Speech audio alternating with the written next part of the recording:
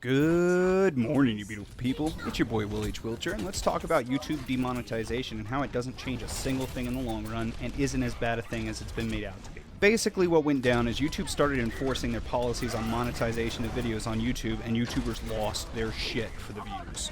Overnight, videos popped up demonizing YouTube for something that shouldn't be an issue. If you stop and think about it for just a second, it actually makes sense. Still don't understand how it makes sense? I'll explain it. If you already know how ads work, then skip to here.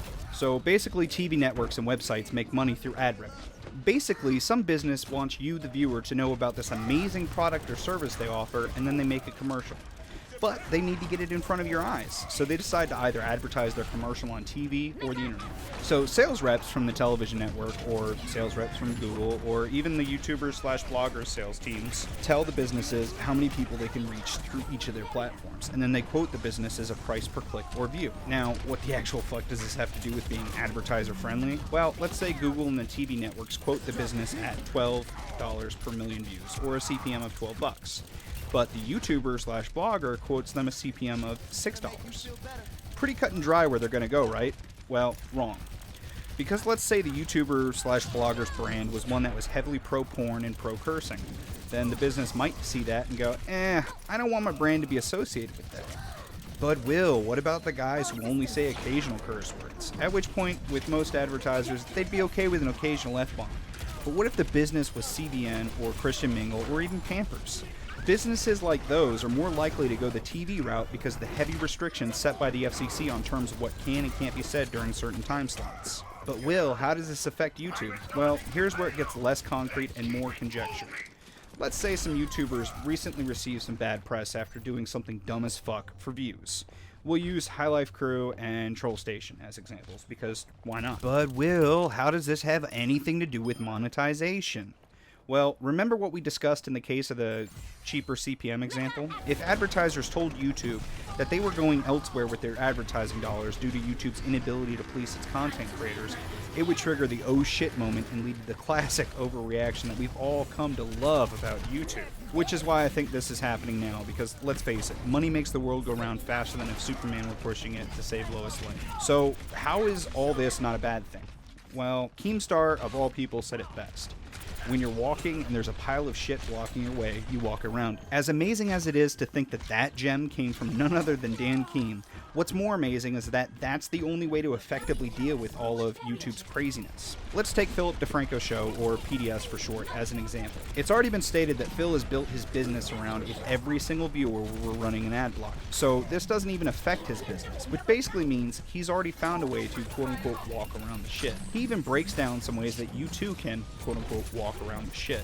One way is by hiring an agent with a sales department to broker adverts for you, much like the way that channels like Linus Tech Tips and Jay's 2 Cents, who sell promotional spots on their videos. Granted, promotional videos with great rates take either a great sales team or great audience interaction, but if you have neither, then you'd have to do it another way. Another way is by only covering ad-friendly stuff on YouTube and putting all the non-ad friendly stuff on your branded website with links to your merchandising campaigns and your other revenue streams. Now, that's all fine and good for the bigger tubers, but what about us smaller YouTubers? To which I say it depends on what you mean by small. If you consider a guy with 70k subs like Diesel Design small, then in that case you can use your audience's interaction with regards to dev-sponsored content, such as his latest vid, Aven Colony, to request more keys to do giveaways and such, for audience members in hopes that giving away keys leads to more viewer interaction, and thus higher profitability for future sponsored content. And if you say, no, I'm talking about even smaller channels, how do we deal with this stuff? Well, if you're referring to channels like me, then there's no way you could live off of YouTube if you're this small. So you either 1, went all in before you should have, or 2, have another source of revenue that isn't dependent on YouTube. If you're the first one, then you're dumb as fuck. And if you're the second one, then it won't matter to you that YouTube has to backpedal to keep investors interested, because it doesn't affect you. But what about the censorship? It isn't right. When you look up the term censorship and realize that if a company doesn't want something to be attributed with their branding, then they have every right to distinguish themselves from the brand, and just because YouTube doesn't pay you for what in their eyes is a shitty way to deal with advertisers, doesn't mean they are removing your ability to keep saying those unprofessional things. Because at the end of the day, it's not a question of freedom of speech. Because I don't know a single veteran, myself included, who signed up to defend your right to go into McDonald's and smear shit on their walls. Okay, maybe that analogy is a stretch. But the point is, this isn't a matter of censorship or silencing opinions. It's a matter of professionalism.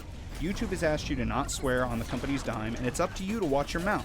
If you can't do that, then you don't deserve to make money on their platform, and you have every right to take your unprofessional, fear-mongering attitude, "I'm looking at you, etc." show, elsewhere. Might I suggest sites like Dailymotion, Tumblr, or Pornhub. If you like the video, leave a like. If you dislike the video, leave a dislike. If you've got a couple more seconds on your hand, why not tell me why in the comment section below? You can follow me on Twitter at wiltwijr. You can catch a live stream over at twitch.tv/WillHWiltshire.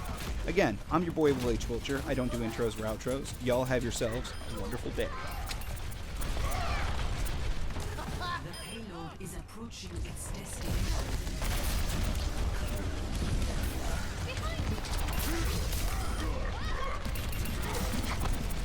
I'm on fire! Nerf this! Round 1 complete.